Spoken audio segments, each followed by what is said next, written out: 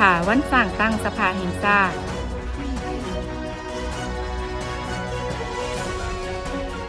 วันจันทร์ที่ 8 ธันวาคมผ่านมาที่สภาแห่งชาติได้มีพิธีปาฐกถาวันสร้างตั้งสภาแห่งชาติครบรอบ 50 ปี ในวันที่ 2 ธันวาคม ปี 1975 2 ธันวาคม ปี 2025 โดยการปาฐกถาของทานศาสตราจารย์ปริญญาเอกเจริญเยียบเปาเฮอ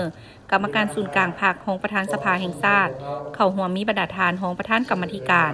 คณะเลขาธิการ และห้องหัวหน้าสถาบันค้นคว้านิติกรรมสภาแห่งชาติบรรดาทานของรัฐมนตรีกระทรวง องค์การอ้อมข้างศูนย์กลางพร้อมด้วยคณะกรมคณะแผนกตลอดฮอดพนักงานกระทรวงองค์การจุดประสงค์เพื่อทบทวนคืนมูลเสื้อการสร้างตั้งและการเติบใหญ่ขยายตัวของสภาแห่งชาติไปเคียงคู่กับการเติบใหญ่ขยายตัวของสาธารณรัฐประชาธิปไตยประชาชนลาวซึ่งได้ประกอบส่วนสำคัญเข้าในการเพิ่มทวีความสามัคคีเป็นปึกแผ่นของปวงชนลาวทั้งชาติภายใต้การนำพาของพรรคและปฏิบัติ3พระบทบาทของสภาแห่งชาติและสืบต่อสร้างและบูรณะระบอบประชาธิปไตยประชาชนให้มีความหนักแน่นเข้มแข็ง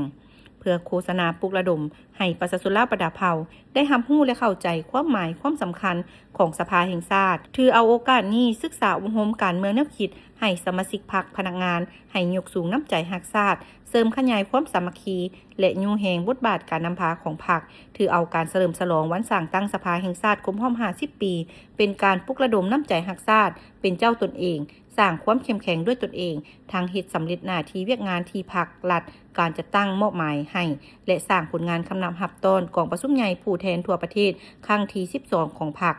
กองประชุมใหญ่ผู้แทนครั้งที่ 5 ขององค์คณะพรรคสภาแห่งชาติในพิธีได้รับชมรูปเงาการเคลื่อนไหวของสภาแห่งชาติตลอดระยะ 50 ปีผ่านมาจากนั้นได้รับฟังการหวนคืนมูลเสื้อขบวนการปฏิวัติและความหมายความสำคัญของการสร้างตั้งสภาแห่งชาติ